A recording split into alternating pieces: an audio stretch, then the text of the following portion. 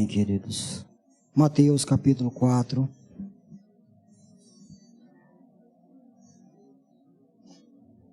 Mateus capítulo 4, versículo 1 ao 11.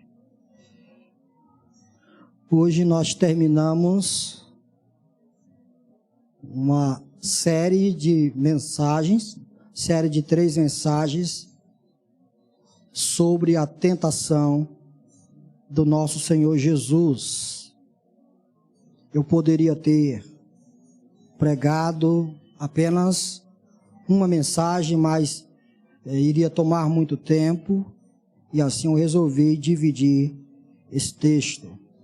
Hoje nós estaremos tomando a nossa atenção do versículo 8 até o versículo 11. Só que a gente vai ler todo o texto, tá bom? Mateus capítulo 4, versículo 1 ao 11.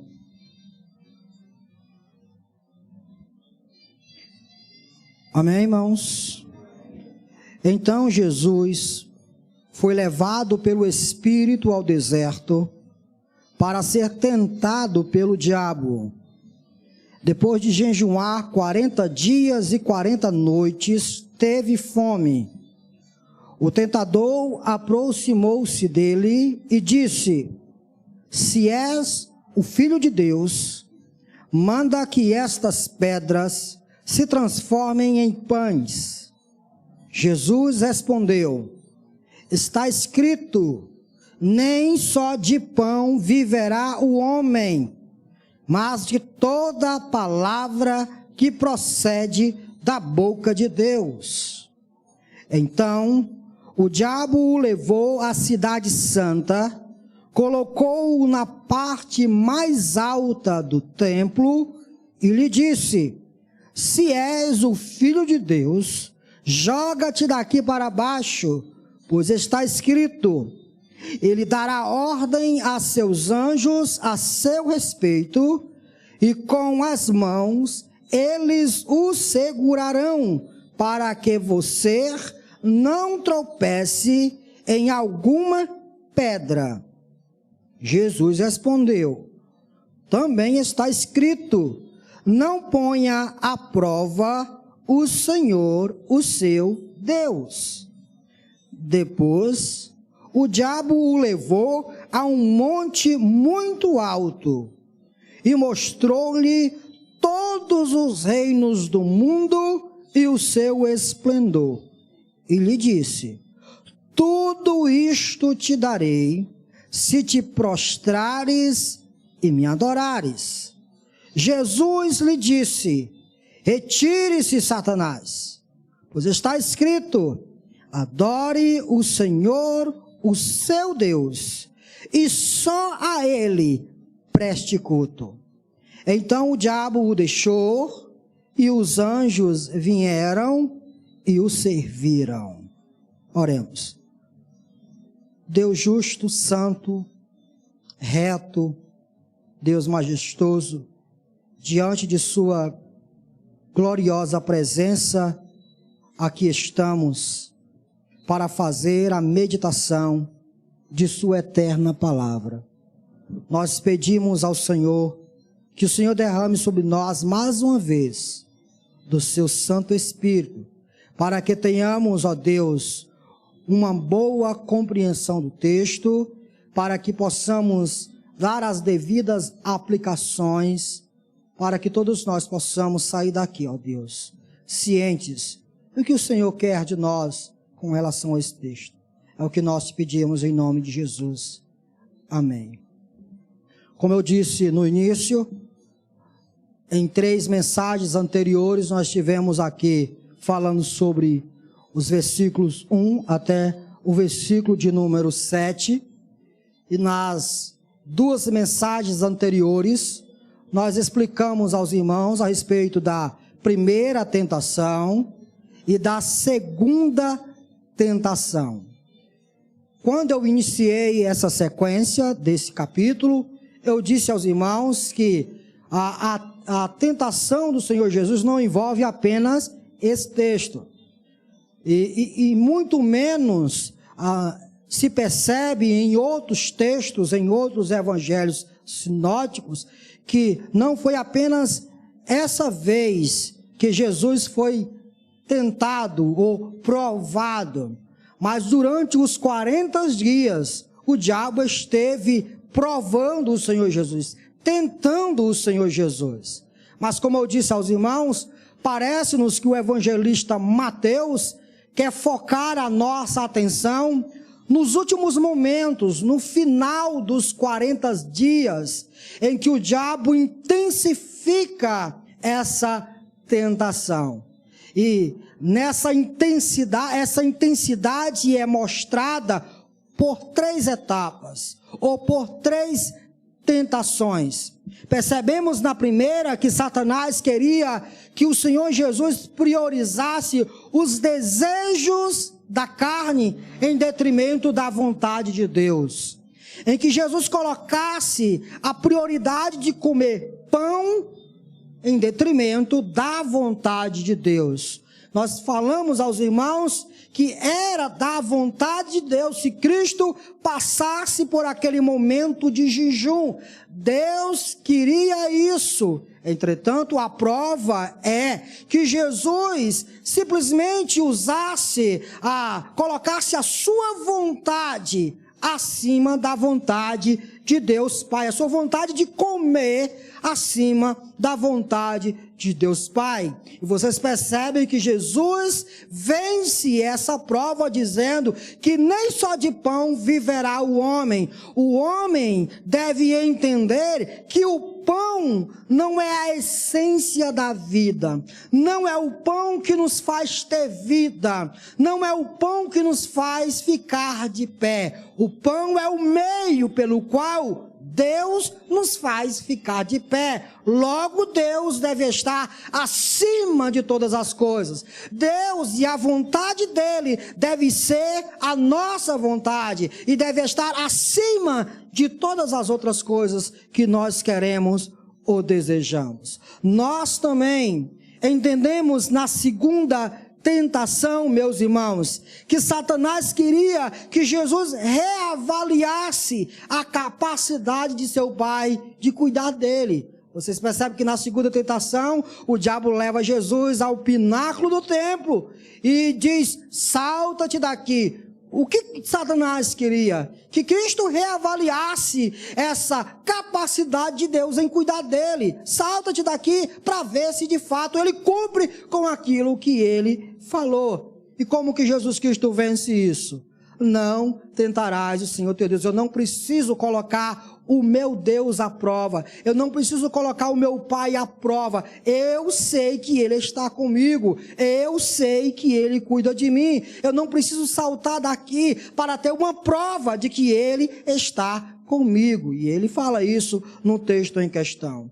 Hoje nós vamos focar aqui na terceira tentação, mostrar aos irmãos exatamente como o diabo é astuto, como ele demonstra a sua sagacidade. A gente percebe logo a respeito do lugar desse terceiro teste, irmãos. Percebam que quando Jesus estava com fome, onde foi o lugar que Satanás encontrou ele para tentá-lo? No deserto. Foi no deserto que Satanás apareceu para Cristo para tentá-lo. Quando a tentação envolvia ganhar notoriedade ou fama, nada melhor do que no pináculo do templo, lá em Jerusalém, onde todos estariam lhe vendo. Nada melhor. Esse é o melhor lugar para você. Se está com fome, prova-se no deserto. Se quer ganhar fama e notoriedade, vá para Jerusalém, no pináculo do templo, onde as pessoas se reúnem para ver as coisas milagrosas acontecerem. Mas percebam que, na terceira tentação, Satanás, ele se encarrega de levar Jesus para um outro lugar. Veja no versículo de número 8. Depois, o diabo o levou a um monte muito alto. Perceba como é a sagacidade. Aqui nós aprendemos, uma primeira coisa que a gente aprende com isso é: o diabo não dá um murro em ponta de faca, irmãos. ele sabe exatamente o que está fazendo. E os lugares são propícios para cada tentação. Agora, Satanás queria chamar a atenção de Jesus a respeito dos reinos deste mundo, de todo o seu esplendor. Qual era o melhor lugar para Jesus ver isso? Um monte alto, onde ele pudesse, com seus olhos, contemplar as glórias que há no mundo. E é para lá que Satanás leva Cristo. O local exato, a tentação envolverá os olhos de Cristo, e neste caso, seria o melhor lugar. Por que eu estou frisando isso? Lugar. Na primeira mensagem eu falei sobre o lugar. Na segunda mensagem sobre o lugar. E na terceira mensagem também sobre o lugar. Por que eu falei sobre isso?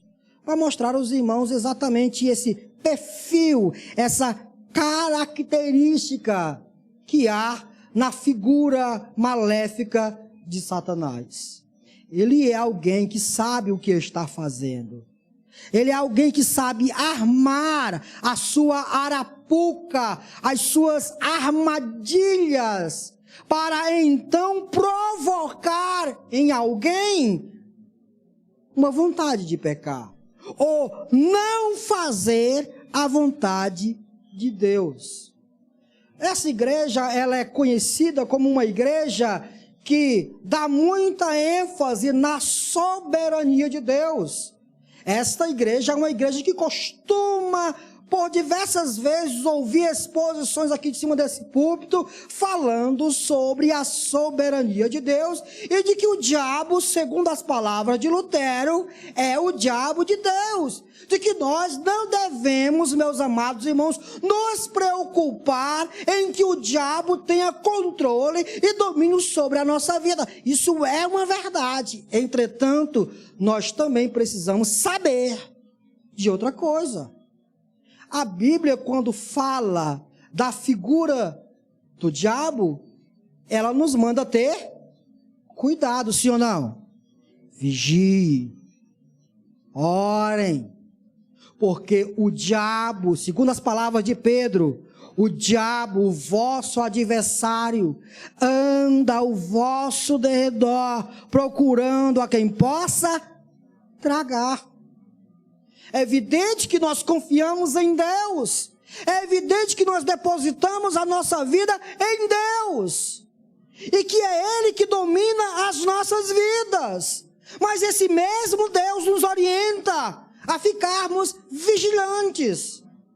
Porque esse indivíduo é muito mais poderoso do que nós. Tem muito mais força do que nós, tem muito mais capacidade do que nós, e muito mais experiência de vida do que nós. Porque Deus, ele não é absolutamente nada, mas em referência a nós, vejamos, meus amados irmãos, como Paulo nos ordena a tomar cuidado com essa figura. Abra suas Bíblias em Efésios, capítulo 6, o texto primaz que nos fala sobre essa figura, né? Existem muitos outros, mas vejam como Paulo, ele termina a sua exposição da carta de Efésios, mostrando para nós que, sim, Deus nos elegeu antes da fundação do mundo, lá em Efésios capítulo 1. Sim, nós estamos enxertados em Cristo, e as potestades, os poderes, os principados estão debaixo da orientação de Cristo. E todo o plano de Deus foi feito antes da eternidade. Efésios capítulo 2, Efésios capítulo 3 nos diz como que Cristo nos enxerta no seio da igreja, de forma que nós passamos a ser um só corpo. Efésios capítulo 4, Efésios capítulo 5 também vai falar a respeito de algo semelhante a isso. Efésios capítulo 5, Paulo nos diz como a gente deve viver a nossa vida cristã comum do lar. Mas perceba como ele termina sua exposição no capítulo 6, versículo 10. Finalmente, olha só como é que ele diz, finalmente, ou encerro a minha exposição, pedindo a vocês, exortando vocês, que vocês fortaleçam-se no Senhor, que vocês se fortaleçam em seu forte poder. E Paulo, como é que a gente se fortalece no Senhor? Como é que a gente se fortalece no poder do Senhor? Paulo diz: vistam toda a armadura de Deus, para poderem ficar firmes contra as ciladas do... Por que então eu devo me fortalecer em Deus? Por que eu devo confiar em seu forte poder? Por que eu devo me vestir de toda a armadura de Deus? Por que razão? Paulo diz aqui, irmãos, porque nós temos um inimigo em comum. Nós temos alguém que, segundo Paulo, é alguém que arma ciladas. É o que o texto diz? É o que o texto diz. Ele diz que a gente deve nos vestir de toda a armadura que Deus, de forma graciosa, nos dá. Para quê, Paulo? Para que vocês não caiam nas astutas ciladas do inimigo. E ele diz: pois a nossa luta não é contra os seres humanos, mas contra os poderes e autoridades, contra os dominadores deste mundo de trevas, contra as forças espirituais do mal nas regiões celestiais. Por isso, vistam toda a armadura de Deus, para que possam resistir no dia mau e permanecer inabalável. Veja, irmãos, a gente deve se revestir de toda a armadura de Deus, para que a gente possa resistir. Em que dia? Em que dia? O dia mau havia chegado para Cristo? Sim, sim. Ele tinha sido levado para o deserto para jejuar, um momento de muita tribulação, um momento de muita angústia. Por que Cristo venceu? Porque ele se revestiu de toda a armadura de Deus. Obviamente, ele vence Satanás através da Escritura. E Paulo vai dizer que a espada do Espírito, ela é a palavra de Deus. O que eu quero dizer com isso, irmãos, é que infelizmente as igrejas estão lotadas de pessoas que acham que estão em uma colônia de férias, quando na verdade as Escrituras habitualmente nos exorta, nos alerta o tempo todo para ficarmos vigilantes, atentos, com o olho no peixe e o outro no gato. Vigiem, orem, porque vocês têm um inimigo sagaz, que arma ciladas, que sabe muito bem levar vocês a momentos cruciantes, a momentos em que talvez vocês não poderão resistir, vocês só poderão resistir se vocês se revestirem das armaduras de Deus. Então, por que, pastor, que muitos de nós não resistimos? Paulo explica. Escute, irmãos. Você tem alguém que vigia você dia e noite. Ah, já sei quem é, pastor. É o anjo do Senhor. Também. O anjo do Senhor acampa-se ao redor daqueles que temem, os livra e os guarda. Mas você também tem alguém que conhece a sua vida por inteiro, que sabe exatamente os seus pontos fracos. Por isso, cuidado. Muito cuidado. Muito cuidado mesmo. Porque ele sabe armar arapuca. Vocês sabem o que é arapuca, né? Vocês sabem o que é arapuca. Ele sabe colocar isca. Pobrezinho do peixe. Pensa que vai abocanhar um camarão, uma minhoca. Pensa que vai comer. Quando de repente o peixe é fisgado, engodado no anzol, e então o pescador puxa sem dó e sem piedade, rasgando todas as babatanas do peixe, então leva para fora e então saboreia o peixe que ele pescou. Satanás é semelhante a isso, irmãos. Ele sabe colocar iscas. Ele sabe atrair, levar as pessoas a exatamente em momentos cruciais tomar decisões contra a vontade de Deus. Por isso, atento, muito cuidado, vigie e receba o conselho do apóstolo Paulo. Fortaleça-se no Senhor, fortaleça-se no seu forte poder, vista toda a armadura de Deus. E quais são? Você tem um texto bíblico aí, chega em casa, leia, para que você tenha uma noção daquilo que eu estou querendo dizer. Satanás, com sua sagacidade, leva Cristo para os lugares específicos, para que então Cristo seja tentado, provado, num lugar atraente para o próprio Satanás eu testá-lo. Mas não apenas isso, irmãos, a gente aprende com esse texto a respeito do conteúdo desta tentação. O diabo não levou o Senhor Jesus para um lindo passeio, para o mesmo desfrutar das belezas que o mundo tem. Não foi essa a intenção. O diabo não leva Cristo para ele passear no oásis do mundo, ver as belezas do mundo. Não é isso. Percebam, meus irmãos, que Satanás leva Cristo para este lugar, a fim de que Cristo faça algumas coisas. Perceba o que diz no versículo 9, parte B, diz assim o texto: se te prostrares. Percebam que, primeiro, Satanás, em sua argumentação com Cristo, ele diz: se você se prostrar.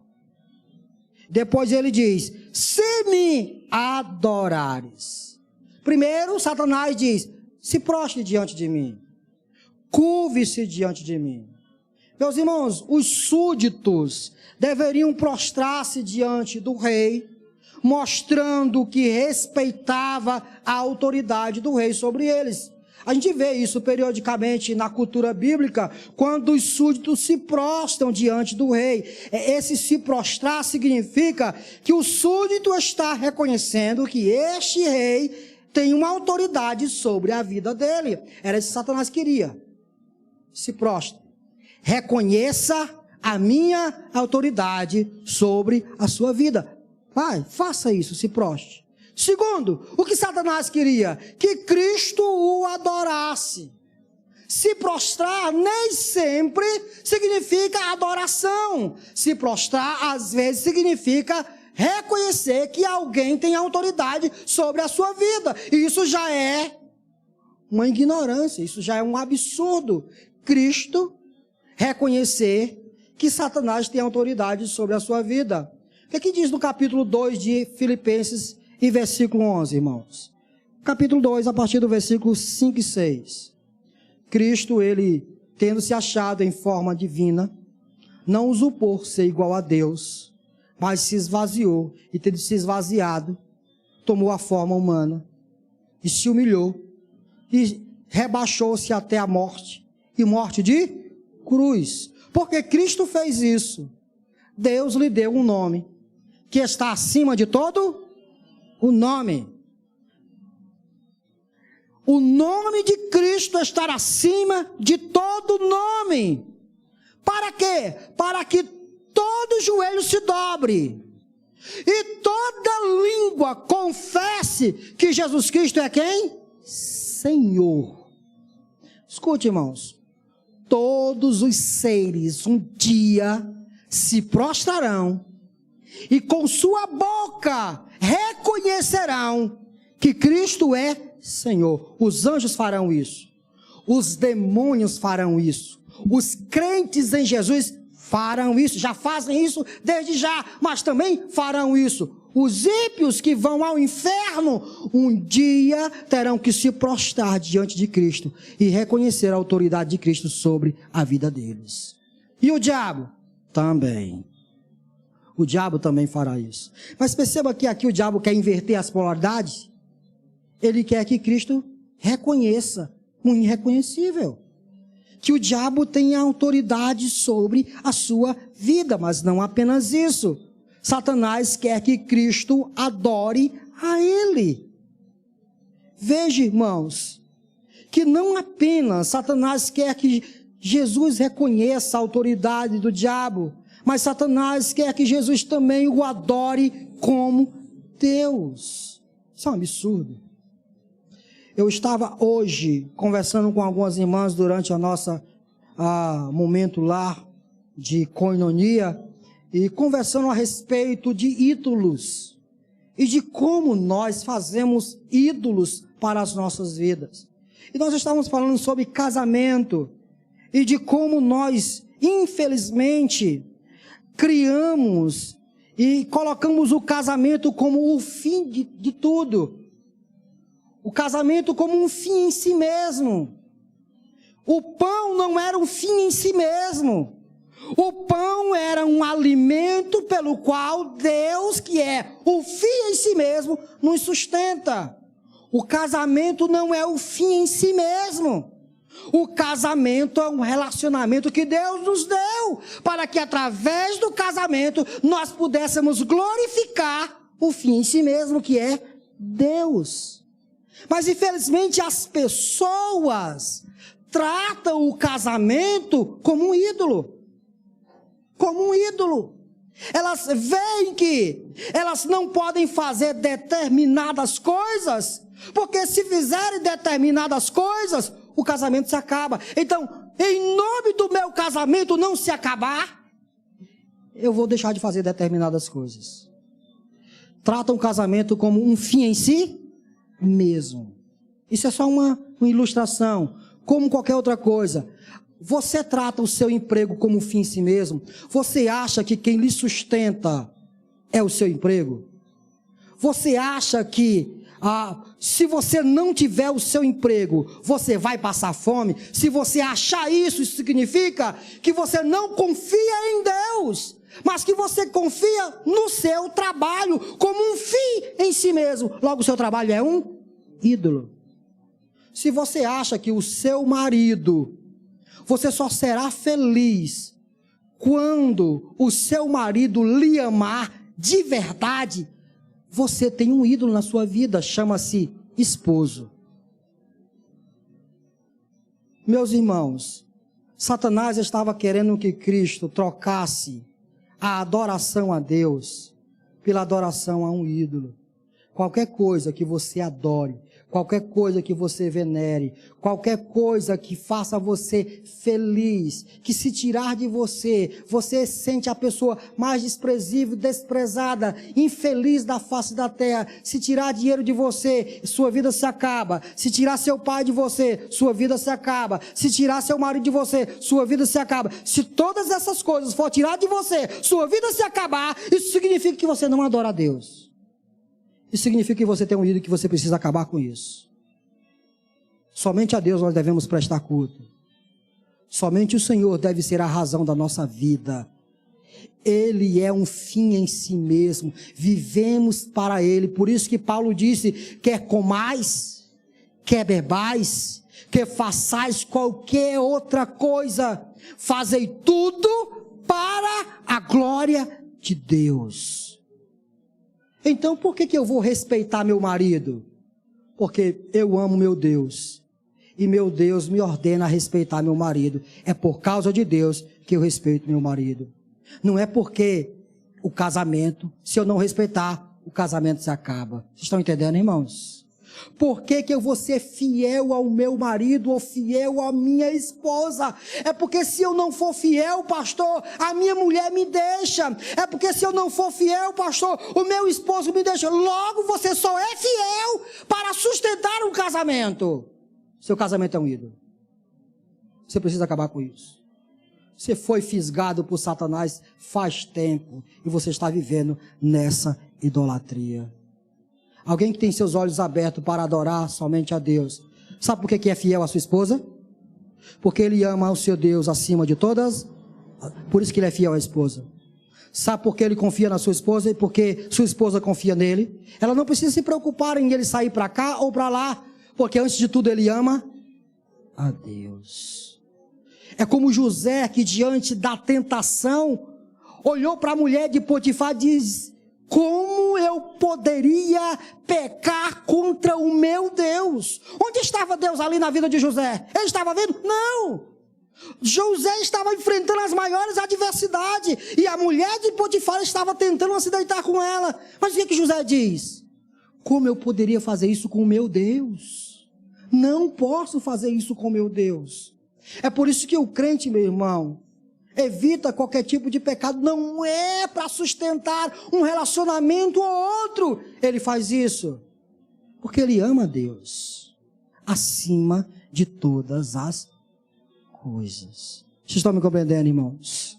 Pense nisso, em nome de Jesus. Estamos gastando a nossa vida atrás de quê? Você gasta a sua vida atrás de quê? É de dinheiro.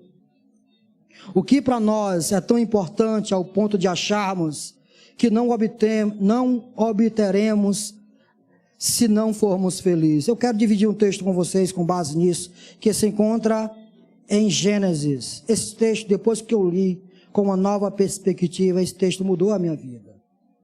Gênesis. A minha Bíblia está toda grifada nesse texto, irmãos. Deixa eu ver aqui. Gênesis.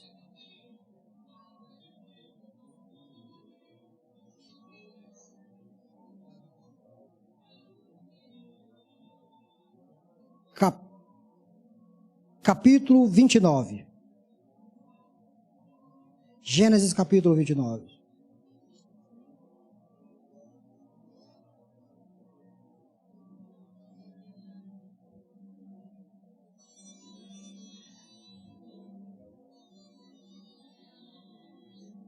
Vocês conhecem essa história, a história do casamento de Jacó com Raquel e de quebra com Lia.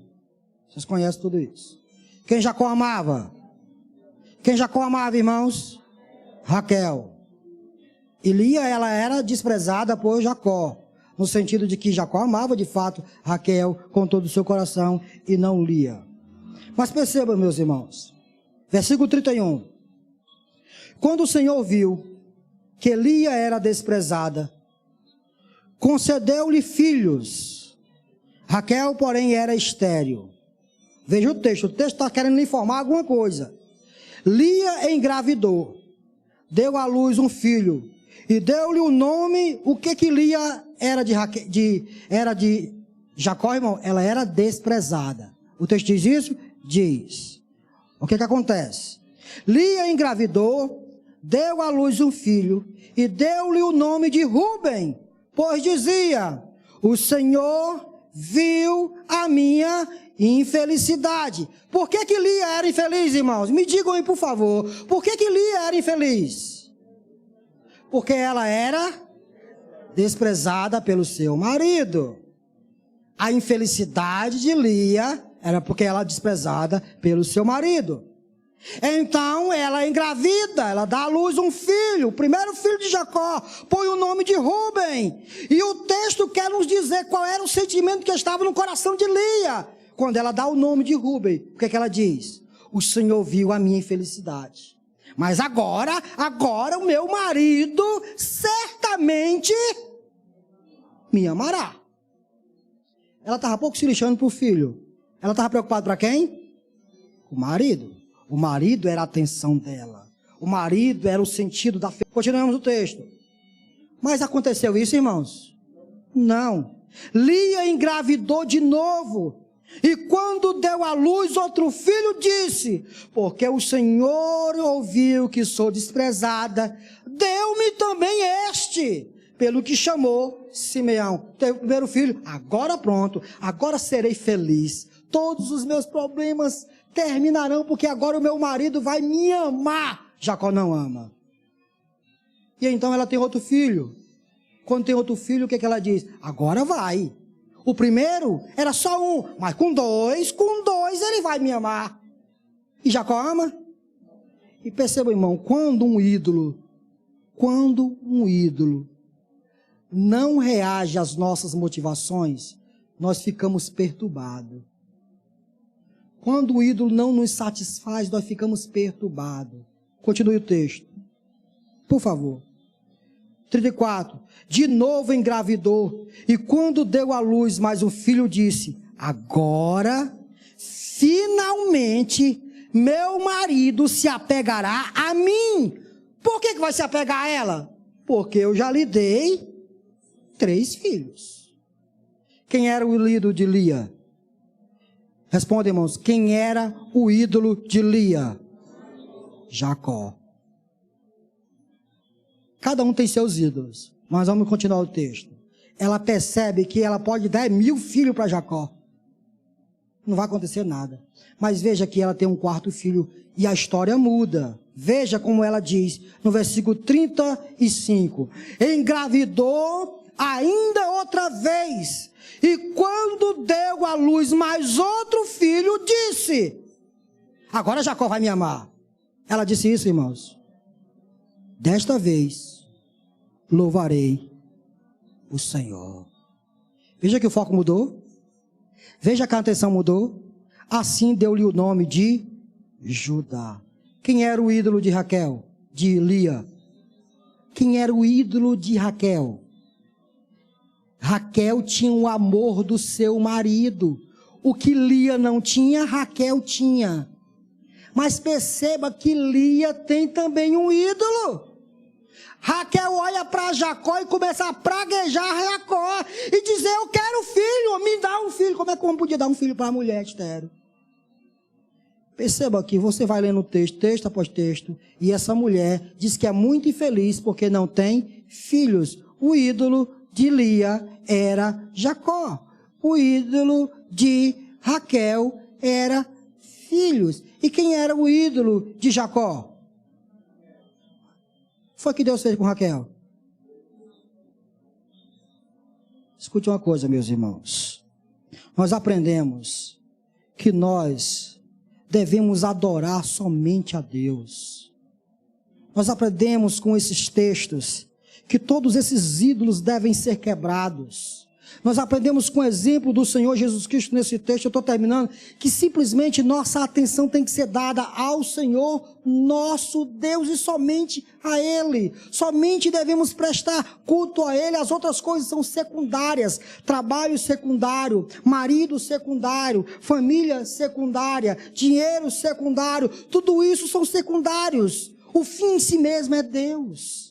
Deus é a razão da nossa existência. Tire minha esposa e eu continuarei vivendo para a glória de Deus. Tire-me meu filho e eu continuarei vivendo para a glória de Deus. Mas jamais tire-me Deus. Jamais tire-me Deus. Como disse John Piper, meus irmãos, nós podemos entrar no céu sem uma perna. Podemos entrar no céu sem uma mão, podemos entrar no céu sem um olho, mas jamais poderemos entrar no céu sem a presença bondosa do nosso querido e amado Senhor Jesus Cristo. É por isso que Jesus vai ensinar no Sermão do Monte: se o teu olho direito te escandalizar, deixa ele aí. É isso que o texto diz, irmãos? Não. Se o teu olho direito te faz tropeçar, arranca ele, acaba com isso. Porque é melhor você entrar no céu sem um olho do que você ir para o inferno com os 2 olhos intactos. Nós devemos aprender sim com o Senhor Jesus, que jamais devemos nos prostrar diante de outra coisa, a não ser ao nosso querido e amado Deus. Que nós devemos adorar somente ao nosso Senhor Deus. É esse o conselho do apóstolo João, no seu último texto, em 1 João capítulo 5, versículo 21, quando ele diz: filhinhos, guardem-se dos ídolos. Cuidado com os ídolos. Cuidado. Pois se eles te fazem tropeçar, derrube eles. Acabe com eles. Eu não estou dizendo para você acabar com o seu casamento. Eu estou dizendo para você ver o seu casamento como um veículo pelo qual Deus te deu para adorar a Ele. Viva o seu casamento de forma que agrade a Deus. Viva o seu relacionamento com os seus filhos, com sua esposa, com o seu esposo, como Deus quer. Porque no fim das contas, quem tem que ser visto, glorificado e amado, de fato, de verdade, é Deus. E porque eu amo a Deus, as outras coisas eu também amo. Como posso amar a Deus se eu não amo minha esposa e meus irmãos? É por amar a Deus que a gente ama essas coisas. Amém, queridos? Qual é a reação do nosso Senhor Jesus? Primeiro ele diz: está escrito, adore o Senhor seu Deus, e só a Ele preste culto. Jesus fala da adoração exclusiva. Quem adora qualquer outro tipo de coisa está desviando o foco. Não adore pastor. Não adore igreja. Não adore marido. Não adore mãe. Não adore pai. É claro que a gente às vezes tem que dar um desconto para alguém que convive com certas pessoas e quando perde essas pessoas diz, agora a vida não tem mais sentido para mim. Quantas vezes eu tenho ouvido de alguém que perdeu mãe, que perdeu pai, e as palavras que saem de sua boca é, a vida perdeu sentido para mim. Então qual era o sentido da vida para você? O que dava sabor à vida a você? Não era Deus. Você viveu a sua vida todinha grudada em um ídolo. E quando esse ídolo é tirado de você, você se desespera. Então hoje, em nome de Jesus, meu irmão, se a igreja for tirada de você, escute, continue adorando a Deus. Se um dia o governo fechar as portas da igreja e a perseguição começar a ser atroz em nossas vidas, continue amando a Deus sobre todas as coisas. Se você tem a atenção ou não do seu marido, viva a sua vida satisfeita em Deus, sabendo que o seu marido é apenas um veículo pelo qual você pode glorificar a Deus. Como? Com paciência. Glorifique a Deus tendo paciência com seu marido, amando quando ele não merece ser amado. Mas eu não quero, pastor, eu quero é que ele mereça ser amado. Então você não tem amor, você não glorifica a Deus no seu casamento. Você sabe por que eu amo minha esposa? Vocês acham que é porque ela merece? Vocês acham que a minha esposa merece meu amor? Vou dobrar. Vocês acham que eu mereço o amor da minha esposa? Eu sou o pior bicho do mundo. Vocês acham que eu mereço o amor da minha esposa? Por que ela me ama? E por que eu amo ela? Pelo menos eu acho que é assim. Que ela me ama. Mas eu amo ela. Eu amo ela. Porque o amor de Deus está esparramado em meu coração, irmãos. Por que eu cuido dela? Por que eu chamo a atenção dela? Uma vez eu disse para ela, minha filha, escute, o prazer da minha vida é que você vá para a igreja comigo, que você adore a Deus comigo. Mas escute, no dia que você abrir a boca e disser, não vou mais à igreja, eu vou olhar para você e disser, azar o seu. Mas infelizmente, escute, mulheres e homens que aqui tem. Escute o que eu vou dizer em nome de Jesus. Talvez existam pessoas aqui que só estão aqui porque o seu marido está. Porque se o seu marido se perder no meio do caminho, você também se perde. Você tem um ídolo. E que você precisa quebrar isso. Você vem à igreja adorar a Deus juntamente com os santos, é porque você ama a Deus acima de todas as coisas. E se um dos cônjuges se perder no meio do caminho, é para a infelicidade dele. É claro que tudo isso vai afetar o lar, mas você manterá a sua vida intacta diante de Deus. Você continuará servindo a Deus sobre todas as coisas, porque somente a Ele deve ser adorado. Só por nos prostraremos diante dele. Ele sim é a razão da nossa vida. Ah, meu pastor, é porque você não sabe, o meu marido, ele vai beber no bar. Deixa esse homem beber, mulher.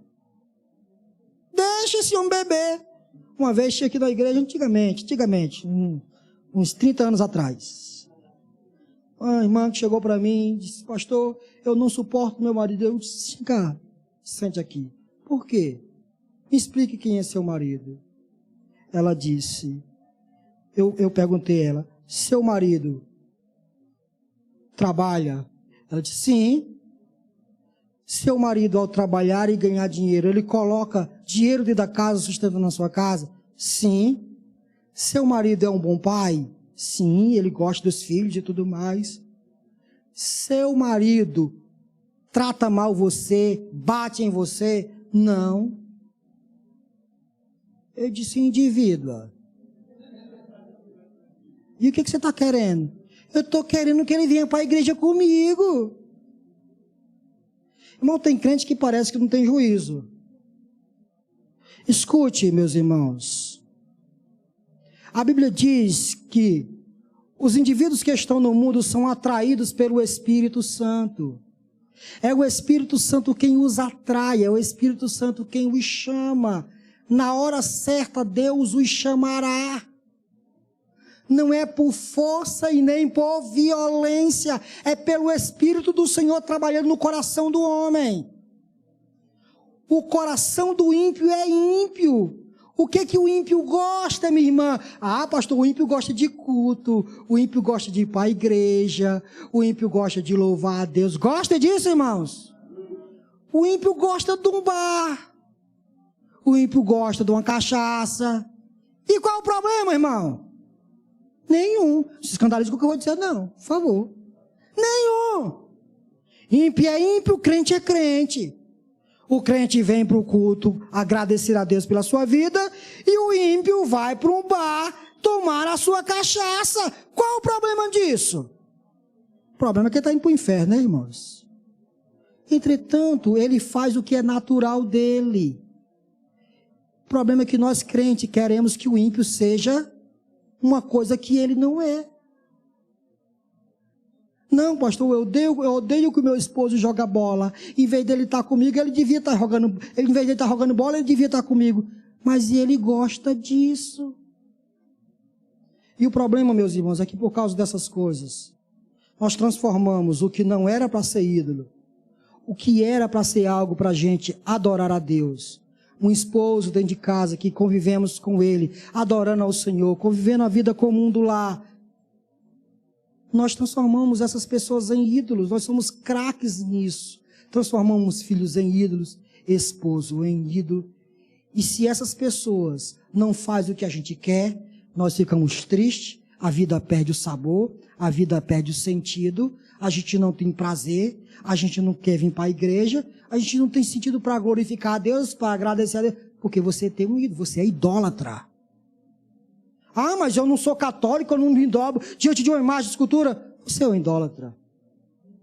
Cristo está diante de uma situação em que o diabo está dizendo: curve-se diante de mim e me adore. Troque a sua adoração a Deus por adoração a mim. O que você vai fazer com essa informação? Todos nós devemos entender. Fecha o leque. Cristo estava passando por tudo aquilo, para que ao passar, sendo aprovado, nós seríamos aprovados com Ele.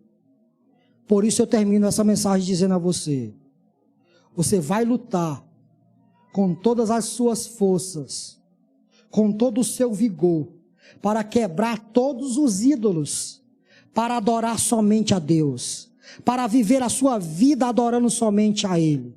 Você vai lutar com todas as suas forças para que isso seja uma realidade, porque você é crente. Porque você ama a Deus acima de todas as coisas. Você vai fazer isso. Mas quando você tropeçar, que você vai tropeçar, que o nosso coração, segundo Calvino, é uma fábrica de produzir ídolos. O nosso coração produz ídolo todo dia, irmãos. Todo dia ele produz ídolo e nós temos que quebrar esses ídolos todos os dias. Quando você estiver construindo um ídolo para você e pecar, cair nessa tentação, deixa eu dizer uma informação para você. Lembre-se de que o teu representante já te levou nas costas. De que Jesus Cristo já carregou você para o trono de Deus. De que você agora já está assentado numa região celestial, onde toda sorte de bênçãos estão sobre a sua vida. Não há mais maldição, não há mais condenação, não há mais perdição, não há mais inferno. Embora você tenha caído, embora você tenha pecado, levante a cabeça, peça perdão a Deus e continue seguindo, porque Cristo cancelou o escrito de dívida que era para você. Está zerado. Mas isso não significa, porque está zerada a sua conta, você tem a liberdade para construir ídolos para você. Quebre seus ídolos hoje. Feche seus olhos.